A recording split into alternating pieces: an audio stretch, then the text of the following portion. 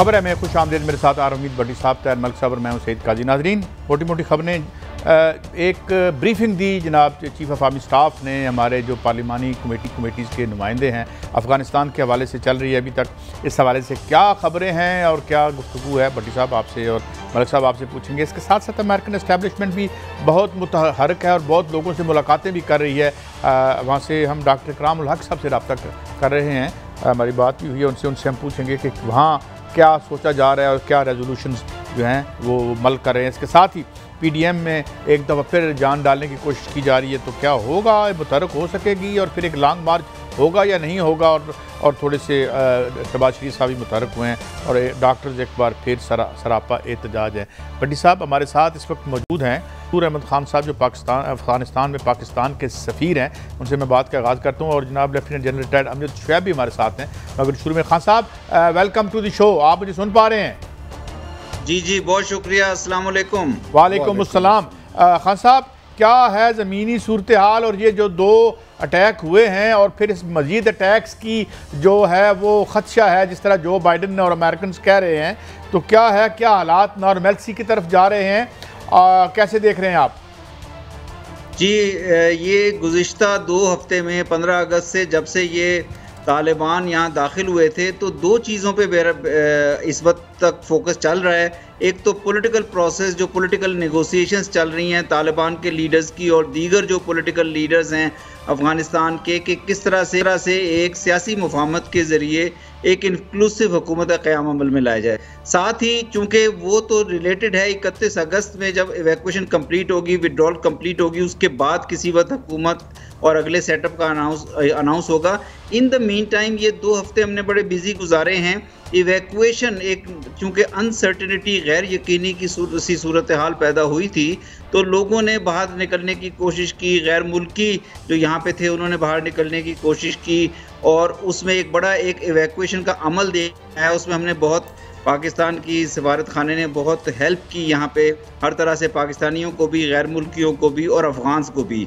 अब ये जो आपने फरमाया अपने इब्तदाई में, ये एक बड़ी तशवीशनाक सूरत हाल पैदा हुई कि 2 रोज़ कबल एक काबुल एयरपोर्ट के ऊपर जो एक बड़ा मेजर दाइश ने अटैक किया, तो उससे एक सिक्योरिटी के मामले में ज़रा खौफ का सा एलिमेंट पैदा हुआ है यहाँ पे। गो के शहरों के अंदर, काबुल के अंदर,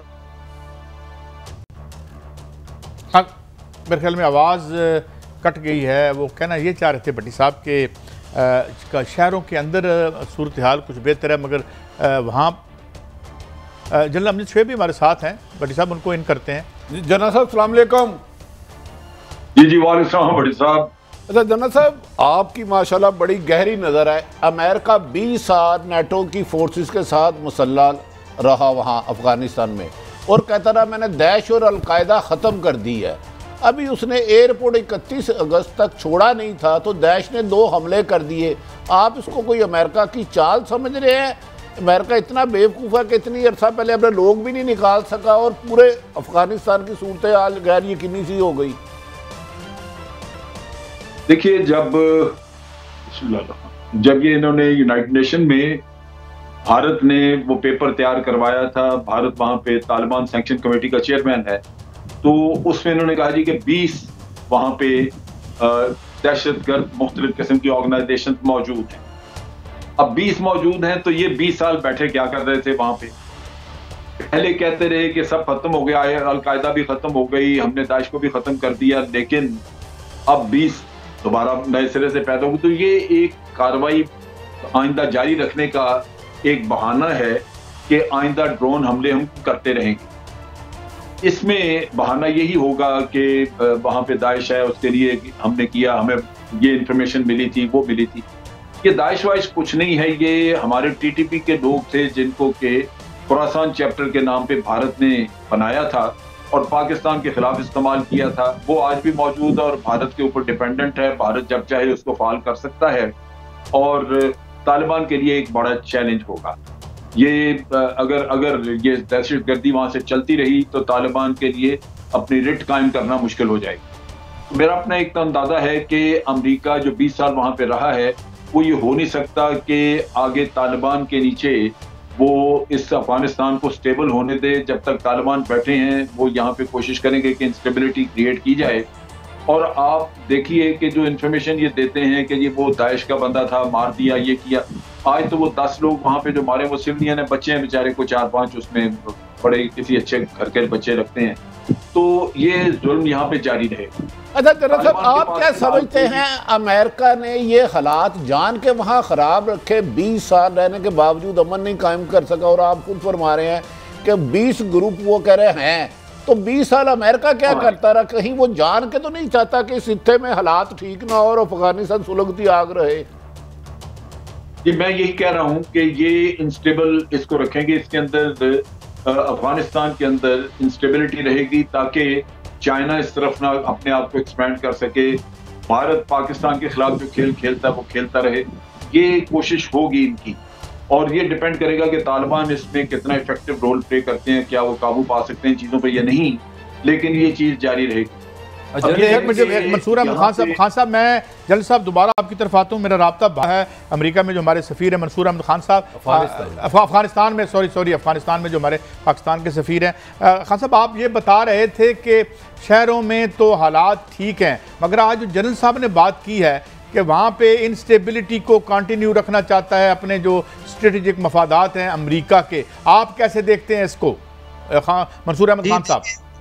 जी मैं आपको बताऊं, जैसे शहरों में तो हालात ठीक हैं, हाईवेज पे भी ठीक हैं। मैं खुद तोरखम से सफ़र करके गया था बाय रोड 16 या 17 तारीख को। बात यह है कि दाइश, जैसे जनरल साहब ने भी कहा, दाइश एक बहुत बड़े थ्रेट के तौर पे इमर्ज हुआ है। दाइश है यहाँ पे, टीटीपी और JUA या ETIM जो चाइना को थ्रेटन करता है, या इस्लामिक उज़्बेकिस्तान मूवमेंट जैसे ग्रुप्स के लिए भी जगह बन सकती है। तो जो बहुत अहम चीज़ होगी आइंदा आने वाली हुकूमत और पॉलिटिकल सेटअप के लिए, वो ये होगी कि अगर एक इंक्लूसिव पॉलिटिकल गवर्नमेंट बना सके जिसका अफ़गानिस्तान के तमाम इलाकों पर कंट्रोल हो। अभी तक जो हमने देखा गुज़िश्ता 20 साल में जो हुकूमत थी, उसका अफ़गानिस्तान के बेशतर इलाकों पर कंट्रोल नहीं था, और वो कंट्रोल ना होने की वजह से वहाँ पे मुख्तलिफ टेररिस्ट ग्रुप्स को पनाहगाहें मिल जाती थी, और वो फिर ग्रुप्स मुख्तलिफ हमसाया ममालिक को टारगेट कर सकते थे। पाकिस्तान एक ऐसा हमसाया जो बारहा टारगेट हुआ अफगानिस्तान की सॉइल से। तो अब ये बहुत अहम होगा कि तालिबान और अफगानिस्तान के दीगर ग्रुप्स के साथ मिलकर कोई एक ऐसा सियासी मुफाहमत के ज़रिए ऐसी हुकूमत इस्टेब्लिश करें जिस पे अफगान अवाम का भी एतमाद हो, जो इंटरनेशनल कम्युनिटी से भी एंगेज करे, लेकिन जिसका तमाम अफगानिस्तान की सॉइल पर, अफगानिस्तान के तमाम इलाके पर कंट्रोल हो। ये सबसे मेरे ख्याल में अब अहम। मैं इधर एक सवाल करना चाह रहा हूँ। आपने कहा कि एक सब कंसेंसस के साथ एक हुकूमत बने और अमन के साथ अफगानिस्तान चले। क्या आप ऐसे हालात देख रहे हैं कि आइंदा आने वाले दिनों में अगर खुदा ना खास्ता उधर अमन नहीं रहता तो अफगानिस्तान में मुहाजिरीन ज़्यादा तादाद में आ सकते हैं? ऐसे हालात नज़र आ रहे हैं आपको? अगर अफगानिस्तान में एक स्टेबल ऑर्डर नहीं आता, और गुज़िश्ता 40 साल से या 45 साल से नहीं है, अगर एक स्टेबल ऑर्डर नहीं आता तो ये सिर्फ पाकिस्तान के लिए नहीं बल्कि तमाम हमसाया ममालिक के लिए परेशानी का बायस है। इसीलिए आपने देखा होगा कि हमारे फॉरेन मिनिस्टर अभी तमाम हमसाया ममालिक के दौरे पर गए थे। चीन से हम पहले रब्ता कर चुके हैं, तो हम कोशिश कर रहे हैं कि तमाम हमसाया ममालिक एक पेज पर हों इसमें। अगर स्टेबिलिटी नहीं आती अफगानिस्तान में, एक स्टेबल हुकूमत नहीं बनती, तो हमारे लिए यकीनी तौर पर टेररिस्ट ग्रुप्स का ख़तरा भी होगा, और फिर रेफ्यूजीज़ का खतरा तो हमेशा रेफ्यूजीज़ का चैलेंज तो हमेशा पाकिस्तान के लिए रहा है। खान साहब, ये मैं यहीं से थोड़ा सा सॉरी फॉर द इंटरप्शन, आपने फरमाया कि दहशतगर्दी की बात की है। तालिबान 15 अगस्त से जब से हैं तो उन्होंने ये पाकिस्तान समेत ये कुछ सैकड़ों बार कहा है कि यहाँ से दहशतगर्दी दूसरे मुल्कों के लिए नहीं होगी, मगर रिसेंटली 2 पाकिस्तान के जो जवान हैं वो शहीद हुए हैं अफगानिस्तान से जो दहशतगर्दों की फायरिंग हुई है। तो ये जो लेटेस्ट वाक़या है इसको आप किस कॉन्टेक्स्ट में फिर देखेंगे? देखिए, अभी तक हमारी चूँकि हमें इंतज़ार है जब तक इनकी हमारी कोई गवर्नमेंट टू गवर्नमेंट एंगेजमेंट ना स्टार्ट हो, जब तक यहाँ पे अफगानिस्तान में एक गवर्नमेंट ना बन सके, जिसको हमारी कोशिश है, इंटरनेशनल कम्युनिटी की भी कोशिश है कि एक इंक्लूसिव गवर्नमेंट हो जिसमें अफगानिस्तान के तमाम सियासी तबके, तमाम एथनिक तबके शामिल हो। तो जब तक एक गवर्नमेंट वजूद में नहीं आएगी, हम इस किस्म की अथॉरिटी से यहाँ पे एंगेज नहीं कर सकते। हमारे फोरम्स हैं, सिक्योरिटी फोरम्स मौजूद हैं, हम उनसे में एंगेज कर सकते हैं, लेकिन उसके लिए सबसे पहले अफगानिस्तान में एक मुस्तहकम हुकूमत का बनना लाजमी होगा। उसके कितने इम्कान? अच्छा खान साहब, आप कुछ अफगान रहनुमाओं से भी मिले हैं, तो आपकी कुछ बात उस हवाले से कुछ बताएंगे? मेरी दोनों साइड्स पे रहनुमाओं से बातचीत हुई है। हमारी पॉलिसी जो पाकिस्तान की है कि हम अक्रॉस द बोर्ड तमाम अफगान से एंगेज करें।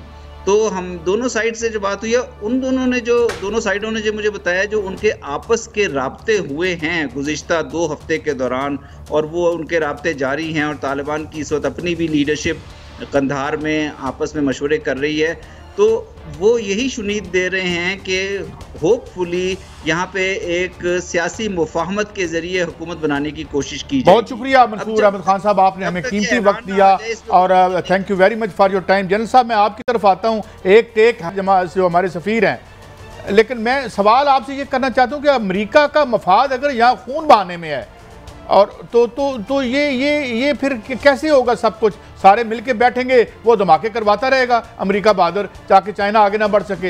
इसे ये बहुत तशवीशनाक है। जनरल साहब देखिए, ये अगर हुकूमत नहीं बनती, इनकी इंक्लूसिव गवर्नमेंट नहीं बनती, तो आप देखेंगे कि जो 85 अरब डॉलर का असला यहाँ पड़ा हुआ है, अमेरिका वो भी तबाह करेगा। ये तालिबान के हथे नहीं लगने देंगे ये सारी चीजें, और क्योंकि वहाँ पे बाइडन के अपने लिए बड़ी मुखालफत होगी, उसको खासा पॉलिटिकल उसका सेटबैक होगा, लिहाजा वो कोशिश करेंगे कि यहाँ पे इंस्टेबिलिटी रहे और फिर ये असला वगैरह भी बर्बाद कर दें। यहाँ पे अमेरिका से ये तवक्को नहीं की जा सकती कि वो चाइना के लिए कोई फेवरेबल हालात छोड़ के जाए। वो अपने लोगों को भी ये बावर कराएंगे कि अफगानिस्तान में जब हम थे तो फिर भी कोई हालात बेहतर थे, हम निकल गए तो आप देखेंगे क्या हो रहा है। तो इसलिए ये एक बिल्कुल एक पॉसिबिलिटी मौजूद है कि ये जो हुआ वहाँ पे काबुल एयरपोर्ट पे, वो भी हो सकता है कि करवाया गया हो, खास तौर पे क्योंकि इनको साथ ही पता लग गया था कि फलां ने किया, लिहाजा वो जाके जीत घूम के उन्होंने वो भी उड़ा दी। तो ये सारी चीजें, और फिर भारत की कोऑर्डिनेशन होगी, क्योंकि मैं मान नहीं सकता कि जो चीज भारत ने पैदा की, जिसको नरिश किया, उन्होंने कम से कम 10-12 साल उसको पाला, पैसे खिलाए, आज वो उनके इशारों के बगैर हिल रही होगी, ये मुमकिन नहीं। और मैं ये सारी जितनी टेरर ऑर्गेनाइजेशन है इनको मॉनिटर करता रहा हूँ कई सालों से।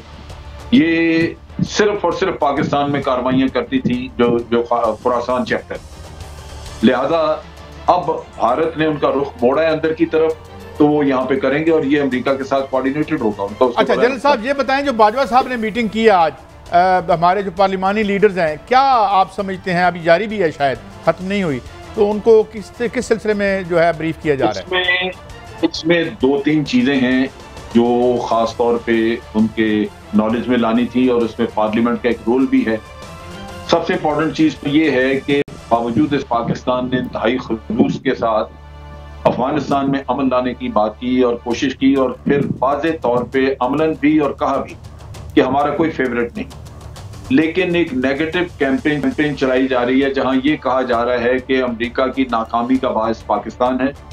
पाकिस्तान ने खुफिया तौर पे दोगलापन किया और खुफिया तौर पे तालिबान को ये मदद करते रहे, सेंचुरीज दी, तब ये अमेरिका को दिन देखना पड़ा, वरना ये नहीं, ऐसा ना हो। अब ये है कि शाह महमूद कुरैशी या हमारे मोहित यूसुफ वगैरह ये तो स्टेटमेंट देते रहे हैं कि जी हमने ऐसा नहीं किया, लेकिन ये पार्लियामेंट की तरफ से कंडेमनेशन जानी चाहिए दुनिया को ऐसी कैंपेन के बारे में कि हमने दुनिया में अमन लाने के लिए जो कुछ करके दिया है वो और कोई नहीं कर सकता था, और आज भी कर रहे हैं। यूनाइटेड नेशन हमें रिक्वेस्ट कर रही है कि जनाब आप दवाइयाँ मदार शरीफ पहुंचा दें, फलां जगह ये फूड स्टॉक। जनरल साहब, गुजारिश है कि इतलात के मुताबिक आर्मी चीफ मोहतरम कमर जावेद बाजवा ने जो मुलाकात हुई, एक एक शिक पे एक एक सवाल का बड़ा तफसीली जवाब दिया, मकबूजा कश्मीर से लेके अफगानिस्तान तक बहुत तफसील से तहम्मुल से बात सुनी। अब क्या समझते हैं हमारी अपोजिशन जमातें और हुकूमत मिल के एक करारदाद पेश करेगी, वो थोड़ा सा मुतमिन हो गए कि नहीं? देखिए, कोशिश यही, मैं समझता हूँ इस मीटिंग की बुनियादी कोशिश यही थी कि कम से कम इस मामले में पॉलिटिकल फोर्सेस जो हैं उनमें एक यकजहती नजर आए और वो इसको एक मजबूत पैगाम दुनिया को दे यहाँ इस फोरम से। अब ये डिपेंड करता है कि इनकी अपनी जो मुखासमत आपस में या मुल्क के मफादात, दोनों में से कौन हावी है। ज़ाती मफादात या मुल्क के मफादात, ये कोशिश की गई है। और इसके अलावा कश्मीर की जो भी सिचुएशन है उस पर भी इनको ब्रीफिंग दी है। और सबसे ज़्यादा अफगानिस्तान में जो डेवलपमेंट हो रही है, हुकूमत जो बनने के चांसेस हैं, या अभी शाह महमूद कुरैशी साहब फिर के आए, वो इन चीज़ों का एक निचोड़ जो है वो मेरा ख्याल आज उनको ब्रीफिंग में दिया गया है। और मेरी तरह यही है कि पार्लियामेंट जो है वो उसमें काफ़ी सारा एतमाद इस चीज़ पे या इस चीज़ पे इत्तफाक़ राय हुआ है कि हमें सॉलिड रिएक्शन देना चाहिए। जनरल साहब, आपने ये बात की पार्लियामान की, बड़ी अच्छी बात है, मगर पार्लियामान में जो हमारे लीडर होते हैं, अपना जो ऐवान के वज़ीर आज़म होते हैं, अपोजिशन के हेड हमारे शहबाज शरीफ है, ना कोई पार्लियामानी लीडर है, ना बिलावल है, तो ये तो कुछ कमेटियों के लोग हैं। तो हम क्या किसको ये मैसेज दे रहे हैं? मतलब वैसे भी खान साहब अभी 3 साल में जितनी भी इस तरह की मीटिंग हुई है, वज़ीर आज़म शामिल ही नहीं होते, तो आप कह रहे हैं इससे बड़ा अच्छा मैसेज चला जाएगा। मुझे बतौर पाकिस्तानी तो समझ नहीं आती कि मेरी लीडरशिप कहाँ है। देखिए, इसमें 2 पॉइंट ध्यान में रखने वाले हैं। एक तो है फेलियर पीटीआई का। पीटीआई की सबसे बड़ी कमजोरी ये रही है कि वो अपने 3 सालों में ऑपोजिशन के साथ कोई वर्किंग रिलेशनशिप मेंटेन नहीं कर सकी। ये जरूरी था, क्योंकि आपने जाती कोई झगड़े या फैसले नहीं करवाने, आपको मुल्क का मामला चलाने और पार्लियामेंट को फाल रखने के लिए ये जरूरी है कि ऑपोजिशन ऑन बोर्ड रहे। लेकिन ये काम इन्होंने नहीं किया, जिसकी वजह से आप देखते हैं कि अक्सर ऐसी ब्रीफिंग में प्राइम मिनिस्टर नजर नहीं आते, हालांकि होना चाहिए। दूसरी तरफ ये है कि ये कमेटियों की ब्रीफिंग इसलिए की गई कि ये कमेटियां जो हैं ये आगे अपने तौर पे अपनी अपनी पार्टी को ब्रीफ करके तो कंसेंसस डेवलप करें, ना कि और फिर जीएचक्यू में करने का मकसद ये था कि एक तो सारा आपको स्टाफ वहां ले जाना पड़ता है, पार्लियामेंट में सिक्योरिटी के इश्यूज हैं, और फौरी तौर पे ये चीज़ें जो हैं ये बात जर्नलिस्ट वगैरह और सियासतदानों से पूछ पाछ के तो वहाँ पे गलत खबरें भी बादुकात निकल जाती हैं। तो कोशिश ये की गई कि इसका एक सिक्योरिटी भी मेंटेन की जाए और जीएचक्यू से को बाहर इंफॉर्मेशन देखी हुई ना जाए, और यही डिस्कशन हो जाए और उसके रोशनी में फैसला किया जाए। तो मेरा ख्याल है कि इसका इम्पैक्ट अच्छा। और फिर वही बात आ जाती है जो मैंने पहले कही कि बिलाखिर आपको अपनी सोच जो है ना वो बदलनी होती है कि क्या आप कौमी मफादात को तरजीह दे रहे हैं या ज़ाती मखासमत। तो इस पे कम से कम सियासत नहीं आइए। इसमें जो कुछ बताया गया है उसके या जो कुछ है उस पे जो सवाल थे वो कर लिए, वो उन पे जवाब मिल गए। अब अगर आप मुतमईन हो गए तो फिर जाके आपको नेशनल कंसेंसस की तरफ जाना चाहिए। अच्छा जनरल साहब, मेरी इतला है 4-5 लोगों से मेरी बात हुई है, वो तो बहुत ज्यादा मुतमईन है। उन्होंने कहा कि आर्मी चीफ ने और दीगर अस्करी लीडरशिप ने एक एक शिक पर तहम्मुल से डिटेल से जवाब दिया है, बज़ाहिर तो मुतमिन है। अब क्या उनकी हुकूमत, उनके जो अपोजिशन के लीडरान है, आपको पता है पहले बिलावल साहब से भी मुलाकात की थी, शहबाज साहब से भी की थी। लीडरशिप को तो आर्मी चीफ ऑलरेडी एतमाद में ले चुके हैं। उस वक्त भी मकबूजा कश्मीर इशू था, गो के अफगानिस्तान की आजकल और है। तो क्या अब हम उम्मीद रखें कि हमारी हुकूमत और अपोजिशन एक पेज के होकर दुनिया को आवाज़ देगी? देखिए, जहां तक इनकी लीडरशिप का ताल्लुक है, ये तो आप तवक्को न रखें कि ये इकट्ठे बैठ जाएंगे कहीं किसी चीज पे। लेकिन एक वही असूल है कि चूंकि ये एक बड़ा सेंसिटिव मसला है और इसमें हमारे लिए बड़ी मुश्किलात पैदा हो सकती हैं अगर दुनिया यही समझे कि पाकिस्तान जो है वो एक नेगेटिव रोल प्ले करता रहा है, तो वो बड़ी मुश्किलात हो सकती हैं। लिहाजा इसको सीरियसली लेना चाहिए। ये हुकूमत आज है, कल ना होगी, तो जिसकी होगी उसके लिए प्रॉब्लम होगी। तो मेरा ख्याल है कि इसको एक नेशनल इशू समझ के सबको हैंडल करना चाहिए। जल्द साहब एक बात फरमाइएगा, ये अंदर जाके खुशामदी शुरू कर देते हैं। इनका कोई कौमी एजेंडा या कुछ स्टेट्समैन है इसमें या नहीं है? मतलब अंदर जाके ये जो अपनी पीआर एस्टैब्लिशमेंट से सीधी कर देते हैं, 7-7 घंटे अपना बंदा भेजते हैं, या सानू माफ़ी दे के अंदर दोबारा ले आओ। इनका कश्मीर से, अफगानिस्तान से कोई ताल्लुक है, आप समझते हैं? देखिए, अगर मैं बिल्कुल सही और सच बात करूं तो बेशतर चीजें इनकी सोच से या इनकी अपनी अंडरस्टैंडिंग से वो बाहर होती हैं, अबा होती हैं। न्यूक्लियर इश्यूज हैं, न्यूक्लियर सेफ्टी के हैं, या न्यूक्लियर के आप थ्रेट के दिल ले लीजिए, या आप कह लीजिए कि उसके अरेंजमेंट के क्या मुख्तलिफ टीयर्स कैसे उनको एम्प्लॉयमेंट होगी। हमने मजबूरन ये कमेटी में पॉलिटिशियंस रखे हुए हैं, लेकिन उनको इन चीज़ों का इल्म नहीं होता। फिर वो कहते हैं कि खुल के बात करें, हमें समझाएं, और सिक्योरिटी रखते नहीं, बाहर जाते हैं तो बता देते हैं चीज़ें। तो ये इशू तो बड़े हैं, लेकिन वही मसला आ जाता है कि जो इलेक्टेड लोग हैं आपके, उनका बरसूरत एक राइट बनता है कि आप उनको ऑन बोर्ड रखें, और दुनिया को भी उसका मैसेज यही जाता है कि आपने इलेक्टेड लोगों को, जैसे हम कहते हैं कि सिविल जज साहब इनमें म्यार क्यों नहीं आता? क्या मैनेज किया जाता है लीडरशिप को? ग्रो नहीं हम होने देते? हम जो म्यार देखते हैं अपनी इलेक्टेड लीडरशिप का, वो हमेशा क्यों उस तरह नहीं है? हेनरी किसिंजर की तरह कोई बंदा हमें नहीं मिलता, हमें चू एन लाई कोई नहीं मिलता, इसकी क्या वजह है? इसकी वजह है वोट को इज्जत दो। बिरयानी खाई, कोका कोला पी, घर में राशन डलवा दिया, वोट दे दिया, वोट को इज्जत दे दी। फिर जिसको मिल गया फिर उसने भी वोट को इज्जत देनी है, उसने अपना माल खाना पीना है, जायदादें बनानी है, और दूसरों को कहना है कि तुम वोट को इज्जत दो। तो ये बस फ्रॉड जब तक चलेगा, वोट को इज्जत दो वाला, ये यही कुछ होता है। बड़ा आपने सिंप्लीफाई कर दिया। आपने कभी ये भी सोचा कि आपने पाकिस्तानियों को, इस रियासत ने कितना पैसा उनकी एजुकेशन पे लगाया है, उनकी सेहत पे लगाया, उनका कितना शोर बुलंद किया? हमारा हर बंदा मेरे समेत आके ये कहता है जी बिरयानी पे बिक जाते हैं। तो जब आप 8 करोड़ को रखेंगे लेस देन $1 डे पे, तो वो बिरयानी पे वोट देगा। तो कंडीशन तो हमने बदलनी, तो लोग किस तरह बदलेंगे फिर? मलिक साहब, इसका बड़ा अच्छा जवाब है। वो ये है कि आज जो हम कमाते हैं, जो हमारी टोटल जीडीपी है, उसका 50% से कुछ ज्यादा हम कर्जा उतारने में खर्च करते हैं, कर्जे का सूद वगैरह देते हैं। उसमें आम आदमी पे कितना कर्जा लगा ये भी बता दीजिए। मैं अर्ज करूं, अब जब आप आधा वहां दे देते हैं तो फिर उसके बाद आपके आ जाते हैं लॉस मेकिंग एंटिटीज, जो आपके कारखाने पीआईए ये वो घाटा उनका पूरा करना है। फिर सर्कुलर डेट ले दे के जो बचता है वो इतना नहीं है कि आप अपने आप पे पूरा करें, वो आपको फिर कर्जे लेके पूरा करना पड़ता। दुख ये है कि इस इकोनॉमी को कोई एक पार्टी सीधा नहीं कर सकती। ये एक कंसेंसस के साथ सारी पॉलिटिकल पार्टीज को बैठ के, क्योंकि बड़े सख्त फैसले हैं, अवाम को तंगी होगी तो दूसरी पार्टी ऑपोजिशन वाली जाके एक्सप्लॉइट करेगी। अगर सारे ऑन बोर्ड होंगे, फैसले करेंगे, तो तंगी भी काटी जाएगी और आपको पता होगा कि भी इससे कर्जा उतरेगा। तो आप नहीं समझते कि कौम को बताया जाए ये जो कर्जा है ये किस किसने लिया है और कहाँ कहाँ पे खर्चा हुआ है, ताकि वो स्याह और सफेद हो? बिल्कुल ये होना चाहिए।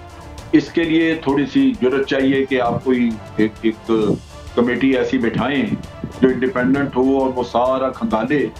कर्जे लिए गए, अगर आपने उससे मेट्रो बसें चलाई या ऑरेंज ट्रेन चला दी या कुछ कर दिया, तो उनको तो आप मजीद दे रहे हैं, उनको आप सब्सिडी दे के चला रहे हैं, वो आपके ऊपर बोझ बन गई हैं। तो अगर आपने अपना सिर्फ एक पॉलिटिकल माइलेज लेने के लिए कोई ऐसे कर्जों का इस्तेमाल किया है, तो आज आपके लिए सुहाने रूप बने हुए हैं, आप कैसे उनको उतारेंगे? आप तो उनको जल साहब आप मेरे साथ रहिए, ब्रेक की तरफ हम जा रहे हैं। वाकई पता करिए कर्जे किसने लिए, इन सारे ज़रा वज़ीर ख़जाना को बताया ना, जो मार्शल लॉ में भी थे और वैसे भी थे, इनके ज़रा पूछे कहाँ इन्होंने खर्च किए हैं और ये बार इनकी जायदादें कैसे बनी हैं। मगर हम ब्रेक की तरफ जा रहे हैं, वापस आएंगे तो डॉक्टर इकराम उल हक हमारे साथ होंगे। अमेरिकन एस्टैब्लिशमेंट क्या सोच रही है, वहाँ अहम मुलाकातें भी हुई हैं कुछ हमारे जो स्कॉलर्स की, तो उसमें वो क्या है, और फिर इस हवाले से भी पूछेंगे कि क्या अमरीका का मफाद यहाँ दहशत गर्दी को बढ़ावा देने में है, ये वो आग बुझाना चाहता है। ब्रेक के बाद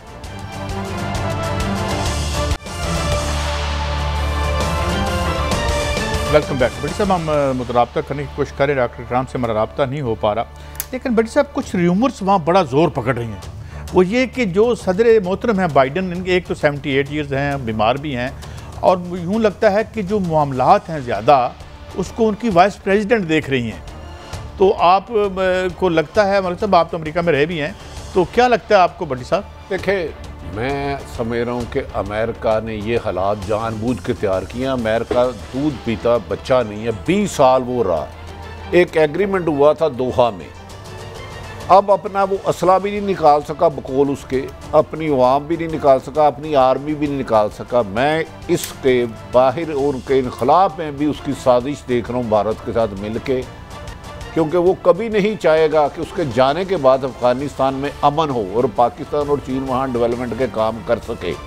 ये कैसे मुमकिन है कि उसके अरबों रुपये का बकौल उसके कि अब तक असला ये है, उनके लिए ये चीज़ें निकालना या अपने लोगों को एक माह पहले निकालना, उनके लिए तो कोई प्रॉब्लम नहीं थी। ये भी एक मेरा ख्याल है जो बाइडन की मुझे साजिश नज़र आती है इंटरनेशनल, कि इस रीजन में अमन ना हो। 20 साल आप वहाँ तमाम ताकत का इस्तेमाल कर चुके हैं। आपके निकलने से 3 दिन पहले फिर अचानक दाइश जिंदा है। आप तो दावे कर रहे थे दाइश को ख़त्म कर दिया, अलकायदा को ख़त्म कर दिया, तो फिर वो अचानक हमले कैसे हो गए? जनरल साहब आप मुझे सुन पा रहे हैं? जनरल साहब, जनरल अमजद शुएब साहब को मेरी आवाज़ शायद जा नहीं रही या क्या? मैं आपसे मलिक साहब जितनी देर तक रब्ता हमारा होता है, ये फरमाइए कि ये र्यूमर्स अब जोर पकड़ती जा रही हैं कि इस टर्म को तो कमाला हैरिस जो वाइस प्रेसिडेंट है उनकी, जो कि ज़ाहिर है उनके वालिद साउथ अफ्रीका से हैं और वालदा उनकी केरला से हैं, गालिबन इंडिया से हैं, तो वो मामलात देख रही हैं और जो अहम मीटिंग्स हैं हो रही हैं। कल परसों भी एक मीटिंग हुई है जिसमें बहुत से मुल्कों से दानश्वर गए हुए थे, स्कॉलर्स गए हुए थे, तो उनको वो ब्रीफिंग दे रही थी। तो और बाइडन साहब हमें रोते भी नज़र आते हैं, कोई स्टेबल भी नज़र नहीं आते, 78 एज भी है, बीमार भी हैं। भाई साहब वो रिलायबल इंफॉर्मेशन है जो अमेरिकन प्रेसिडेंट के, आपको पता है दुनिया का एक अहम आदमी है, उसकी पूरी एक मेडिकल टीम है, और मैं आपको एक इन्फॉर्मेशन दे रहा हूँ, उस टीम के मुताबिक बाइडन की सेहत जो है ना वो इस काबिल नहीं है कि वो अमेरिका का प्रेसिडेंट बने। Psychologically physically is a weak. और मैं आपको थोड़ा सा कोट करूँगा प्रेसिडेंट फोर्ड 1989 दैट टाइम ही वाज रिटायर्ड। किसी ने उनसे सवाल किया कि अमेरिका बड़ा कहते हैं हम लिबरल हैं, हम बड़े आज़ाद लोग हैं, आपने तो कभी अमेरिका में कोई फीमेल प्रेसिडेंट नहीं आई। तो 89 में प्रेसिडेंट फोर्ड ने कहा कि एक पॉसिबिलिटी हो सकती है कि आने वाले ज़माने में कभी ऐसा हो सकता है कि हमारी वाइस प्रेसिडेंट, और she is the first vice president female. तो अगर बाइडन साहब किसी वजह से लीगली, फिजिकली, हेल्थ वाइज, ये अमेरिकन कॉन्स्टिट्यूशन की मैं बात करूँ, तो आप अमेरिका की नेक्स्ट प्रेसिडेंट जो है ना वो वाइस प्रेसिडेंट है। इस पे कोई मतलब हिडन कोई चीज़ नहीं है। तो उनकी हेल्थ ही में तो बहुत बड़ा इशू। कादी साहब, डू यू थिंक कि उनकी तबीयत नासाजी की वजह काम नहीं कर सके? जब वो इलेक्शन लड़ रहे थे, पेंटागन, CIA सब गनूदगी में थे। क्या बात करते हैं? ऐसी बड़ी इंटरनेशनल फैसले ना जो बाइडन अकेला कर सकता है, पेंटागन ये बैठता, पूरी एक स्ट्रेटेजी बनाई जाती है। ये कोई 15 साल के बच्चे की रेस थोड़ा 500 किलोमीटर भागना उसने। ये अगर आप समझते हैं ना कि अमेरिका में इत्तफाकन हो रहा है, मैं समझता हूँ अब पाकिस्तान का, अफगानिस्तान के जो इशू को पाकिस्तान की इस्टेब्लिशमेंट को पता है, ये जितने भी आज पेश हुए थे इसमें कमेटी के सामने, इनमें से किसी को 5% इशू नहीं पता होंगे कि बाहर किस जगह लगी, किस सूबे के साथ, अफगानिस्तान का कितना हिस्सा हमारा है। अच्छा, जनरल साहब हमारे साथ आ गए हैं। यही सवाल अगर मैं आप वाला जनरल साहब की तरफ ले जाऊँ, जनरल साहब ये बात हो रही है वहाँ पे, और कुछ मेरे भी राब्ते हुए हैं कि अब ज़्यादा मुतहरक वहाँ पे उनकी वाइस प्रेसिडेंट है बनिस्बत, और मुझे एक रिलायबल यानी हमारे मैं नाम नहीं ले सकता उनका कहना था कि वो मीटिंग्स भी कर रही हैं। तो इस बारे में आपकी क्या खबर राय है कि क्योंकि वो थोड़े से उम्र भी है और बीमारी, और गालिबन वो कैंसर सर्वाइवर हैं, if I am not wrong. जी जनरल साहब, देखिए मेरा जहां तक अंदाजा है, बाइडन को पॉलिटिकल डिफिकल्टीज इतनी ज्यादा हैं, इतना प्रेशर, और उसको उलझा दिया गया है ये अफगानिस्तान के केस में। हालांकि बिल्कुल वाज़ेह था कि ये सारा काम तो ट्रंप ने किया, जब एक एग्रीमेंट करके गया ट्रंप, तो वो इम्प्लीमेंटेशन के लिए बाइडन मौजूद था। बाइडन ने तो अपनी तरफ से कोई ऐसी चीज नहीं की। ये जो कैओस वहां पे हुआ है लोगों को इवैक्यूएट करने का, ये उस आप कह लीजिए कि बिल्कुल एक अनइमेजिनेबल सिचुएशन हुई कि तालिबान का कब्जा जो है वो हो गया वहां पे काबुल पे। वरना तो हमेशा ये कहा जाता था कि जी 7-8 महीने लगेंगे, और अमेरिकियों को ख्याल था कि हम आराम से निकाल लेंगे। तो ये सिचुएशन तो पूरी दुनिया को समझ आती है, लेकिन उसके बावजूद वो बुरी तरह बाइडन के पीछे पड़े हुए हैं। हालांकि बाइडन से ज्यादा इस सारी सूरत हाल का जिम्मेदार वही है, ट्रंप है। तो लगता यही है कि इसको एलिमिनेट करने की साजिश की जा रही है। इसमें इंडियन लॉबी भी वहां पे बड़ी होगी, और हो सकता है कि ज्यूइश लॉबी भी उनका साथ दे रही हो भारत का, जो कि उन्होंने हमेशा इस्तेमाल किया उनको। तो सूरत में इसकी इम्पीचमेंट या इसको फोर्स करके कि तुम रिजाइन कर जाओ हेल्थ ग्राउंड पे या किसी भी चीज पे, बहुत बड़ी पॉसिबिलिटी है कि इसको बड़ी जल्दी फारिग कर दिया जाए।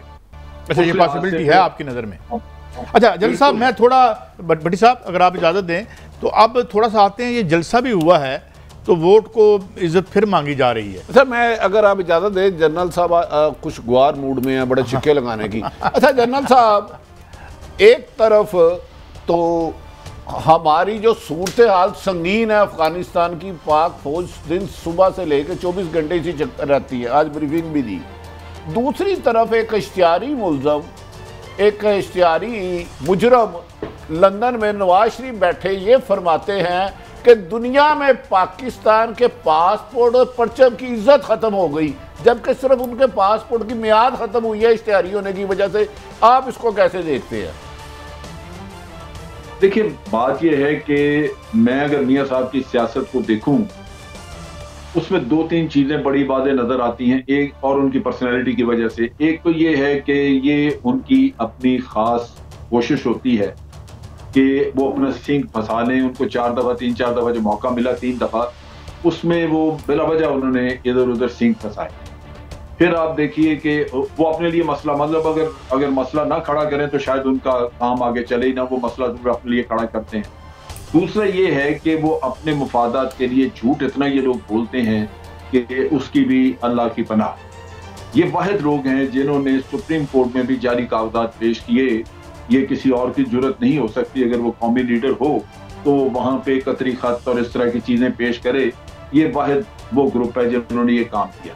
लिहाजा ये हर चीज को अपने नुक्ता निगाह से देखते हैं। उसमें बोर्ड की इज्जत हो, वो सिविलियन सुप्रीमेसी का किस्सा हो, ये चीजें जो हैं, ये क्या बाकी जो हुकूमतें करके गए लोग वो या आज जो कर रहे हैं उनको नहीं पता ये चीजों का कि ये क्या है, लेकिन इन्होंने उन चीजों को उछालने जिनका वजूद नहीं। अच्छा जलील साहब, मुझे इजाजत दीजिएगा, मैं एक 60 सुनवा के पहले बड़ी साहब की तरफ आऊंगा, फिर आपकी तरफ आऊंगा।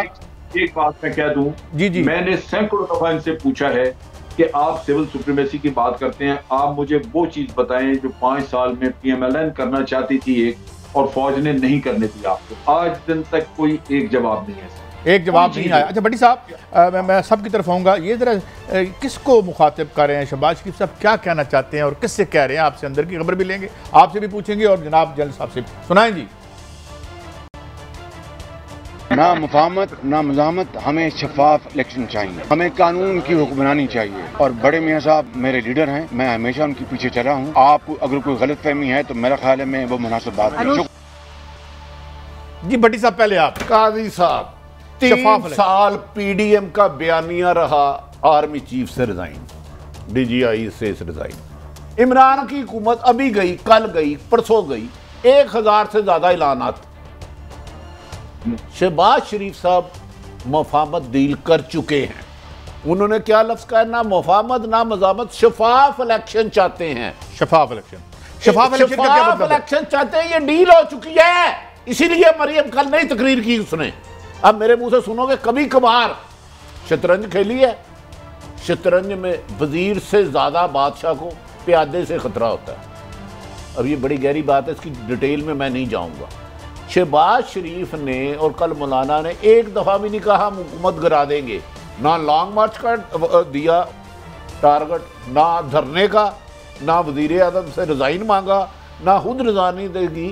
कल का जलसा ये PDM ने तस्लीम कर लिया कि इमरान खान की हुकूमत को नहीं गिरा सकते।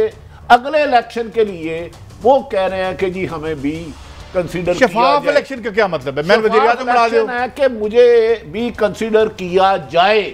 ये कल कि मैंने भी अप्लाई कर रखा है। उन्होंने तस्लीम कर लिया है कि हम इमरान खान के खिलाफ मूवमेंट बनाने में नाकाम हो चुके हैं।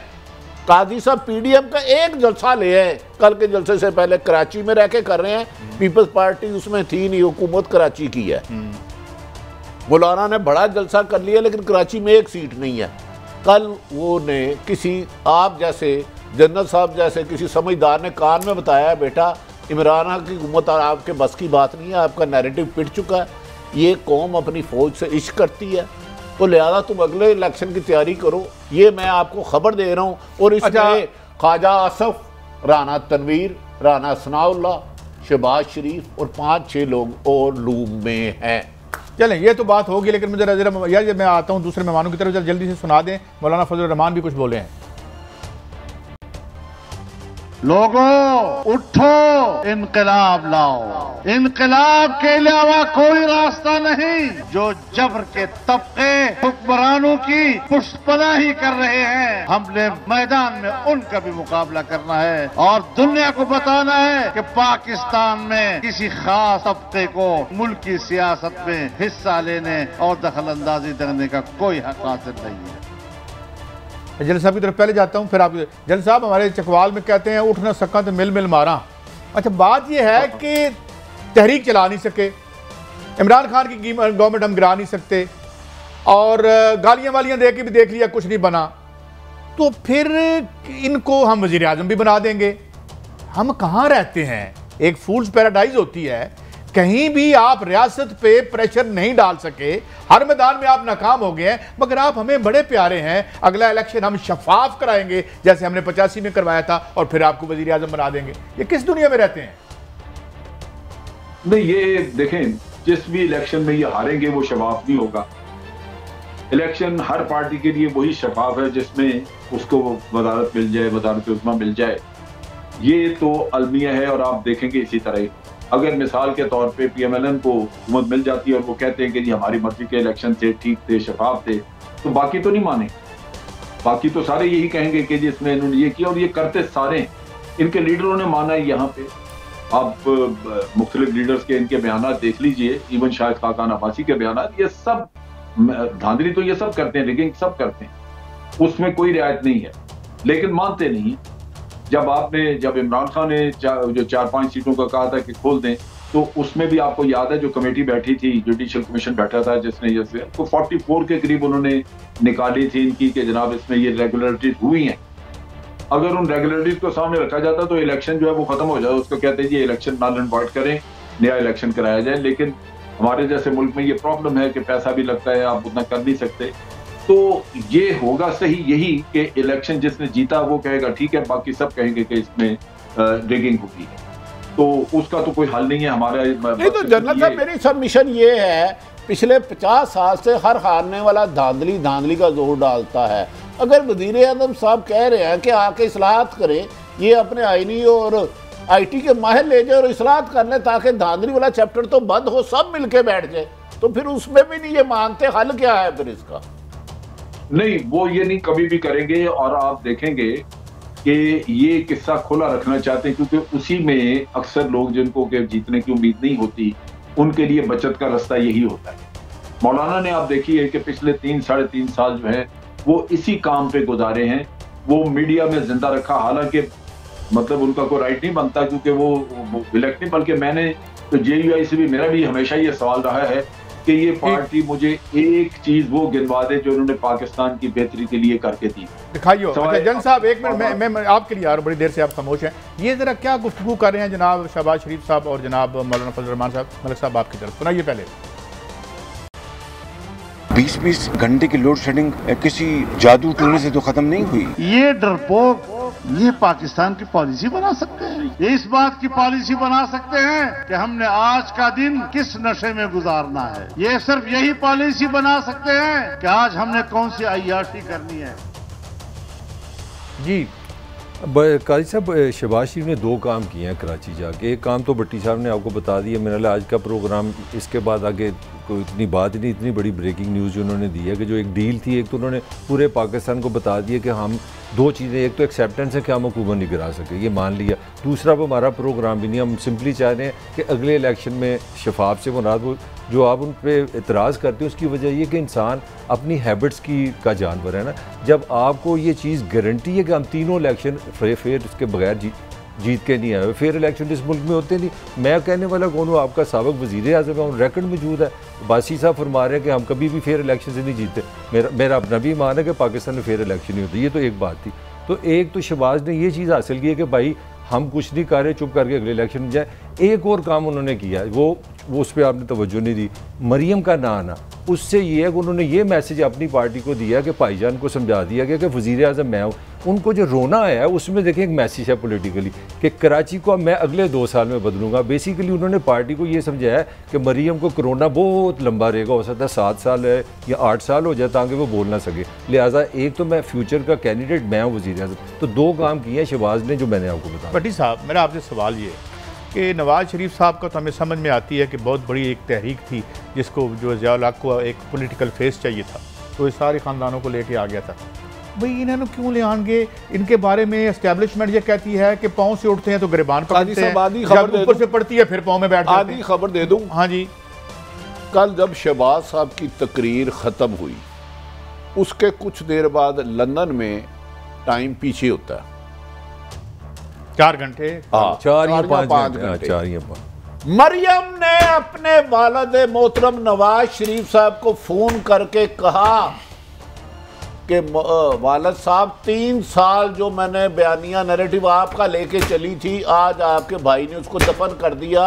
उसने ना हुकूमत गिराने की बात की, ना हुकूमत तोड़ने की बात की, ना लॉन्ग मार्च की बात की, ना धरने की बात की।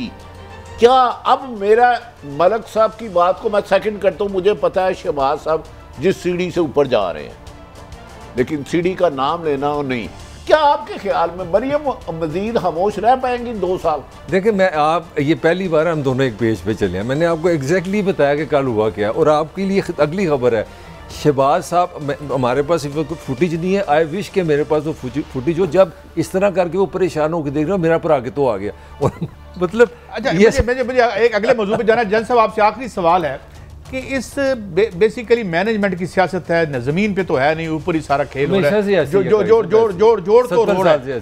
Why would again establishment facilitate them while we know कि किस तरीके से ये डिच करते हैं और अपने इक़्तिदार के लिए किसी से भी जाके हाथ में ला लेते हैं। तो क्या पहले हमें रियासत को या मुक़्तदिर तबकों को अफयून खिलानी पड़ेगी? जनरल साहब, आई एम सॉरी, मैं जरा लाइटर वे में कह रहा हूँ। जी नहीं, मैं पर्सनली जहाँ तक मेरा ताल्लुक है, मैं समझता हूँ या मैंने इंफॉर्मेशन वगैरह जो रखी है, आप देखेंगे कि एस्टेब्लिशमेंट बिल्कुल इससे परे रहेगी। उसकी वजह यह है कि हमने भी इंटरनली बड़ी इनको क्रिटिसाइज भी किया है कि ये थोड़ा बहुत भी अगर किसी ने किसी जगह पे इलेक्शन में टांग अड़ाई तो उसकी वजह से आपने देखा कि आज दिन तक एक बयानिया चल रहा है जो फौज के लिए मुनासिब नहीं। तो मेरा अपना अंदाजा ये है कि आइंदा इलेक्शन जो आएगा उसमें आर्मी उनके पोलिंग स्टेशन के नज़दीक नहीं आएगी और ना ही पहले से कोई वहाँ पे उनकी मौजूदगी होगी। ये कहा जाएगा कि हम सेंट्रली लोकेटेड रहेंगे एक जगह पे, और सिक्योरिटी की कोई प्रॉब्लम आई तो हम जाएंगे, उसको हैंडल करेंगे, अगर नहीं आती तो बाकी इलेक्शन कमीशन जाने उसका काम जाएंगे। बहुत शुक्रिया जनरल साहब, आपने हमें एनलाइटन किया और आप हमेशा हमें वक्त देते हैं। थैंक यू वेरी मच आपका और आपसे। अच्छा, मैं अब आगे आता हूँ।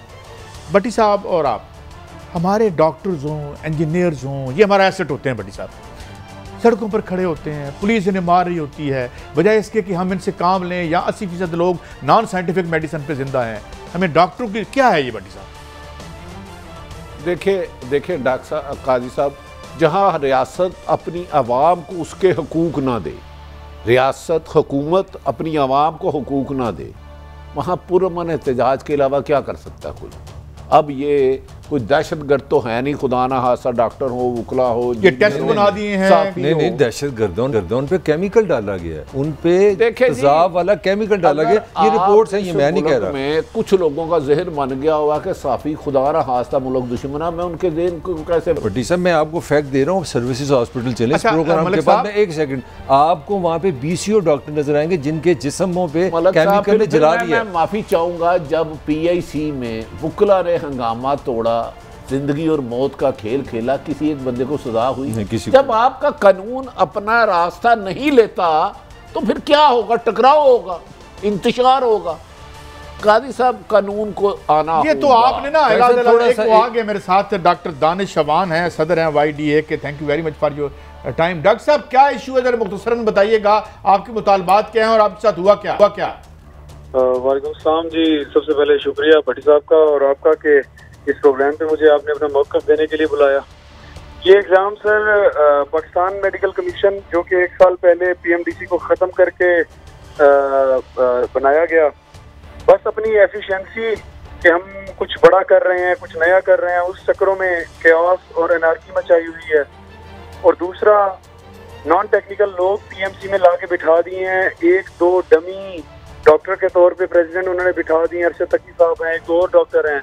उसके अलावा उसमें कुछ स्टेज एक्टर्स वो हैं, मुझे उन खातून का नाम नहीं पता। एक वकील हैं मोहतरम अली रजा खान साहब के करीबी और दरीना साथियों में से हैं। तो वो एक तो अपनी एफिशिएंसी प्रूव करने के चक्कर में अनारकी फैला रहे हैं। सूरत हाल ये है कि वो डॉक्टर जो PTI को बल्ले को वोट देने का लिख के दे रहा था प्रिस्क्रिप्शन पे, आज मैं बाजू तोड़वा के बैठा हुआ हूँ। जुम्मे के रोज जो लाठीचार्ज और डंडे मुझ पे बरसाए गए हैं, किसी जमाने में मैं इमरान खान का नारा लगाते हुए निकला और इंसाफ स्टूडेंट्स फेडरेशन का डिप्टी जनरल सेक्रेटरी रहा।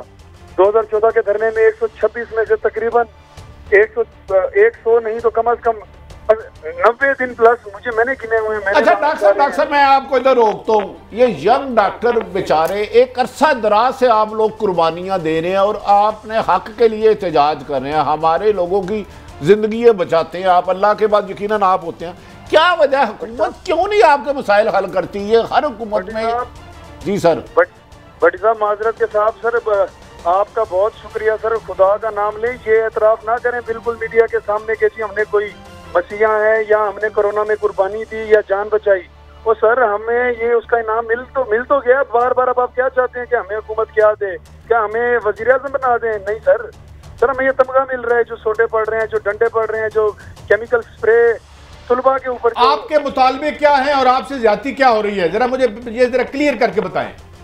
सर मुझे बताएं कि एक बच्चा 5 साल इसी सिस्टम के अंदर इतने मुश्किल तरीन इम्तिहान जो पास करता है, पाकिस्तान में CSS से भी जो पहला नंबर है वो एक डॉक्टर बनने के लिए इतने ज्यादा इम्तिहान देने पड़ते हैं, उसके बावजूद क्या ऐसी जरूरत पेश आई हुई है कि एक एग्जाम आप और रख दें, वो भी हाउस फाइनल ईयर के एग्जाम देने के, और हाउस जॉब 1 साल की हाउस जॉब करने के बाद दोबारा एग्जाम दें तो आपको लाइसेंस मिलेगा, और 12,000 फीस उसकी।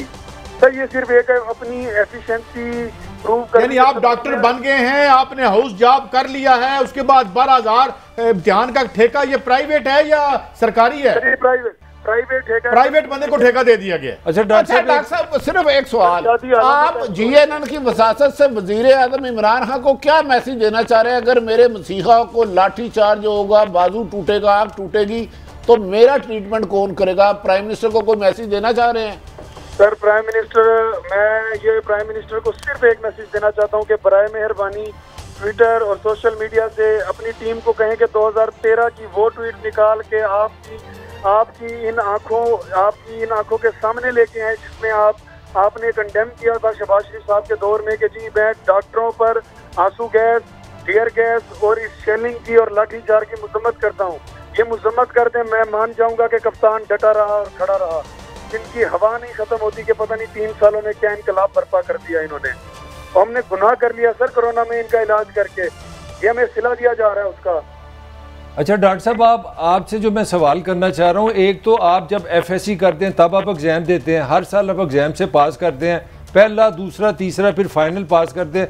मेरा जो असल सवाल है, मुझे ये बताया गया कि असल में हुकूमत के पास जॉब्स नहीं है, हाउस जॉब के लिए आपको एडजस्ट नहीं कर सकते, तो उन्होंने एक बैरियर खड़ा कर दिया कि हम एग्जाम में 70% आप नंबर लेंगे तो आप जाएंगे। इज दैट राइट कि यहाँ जॉब्स ही नहीं है? सर बिल्कुल ऐसा है, यकीन माने मैं आपको फैक्ट दे देता हूँ, कहें तो मैं अभी शेयर कर दूंगा।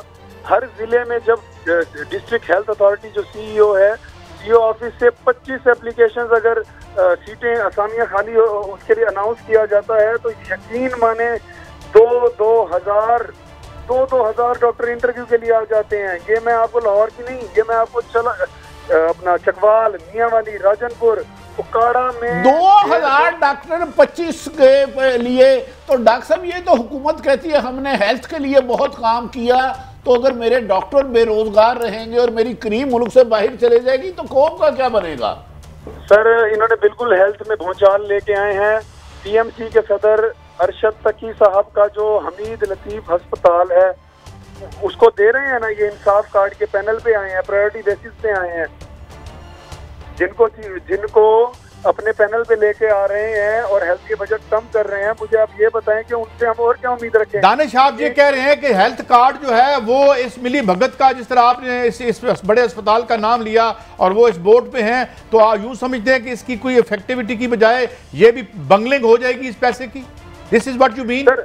सर ये डबलिंग जरूर होगी। ये डॉक्टर का नंबर उस पर चेक एंड बैलेंस नहीं रख रहे। अरशद तकी साहब का अपना जो मेडिकल कॉलेज लाहौर में है उसकी सीटें 100 से 200 कैसे हो जाती? अच्छा आखिरी सवाल, वक्त खत्म हो रहा है, ये केमिकल फेंका गया आप पे?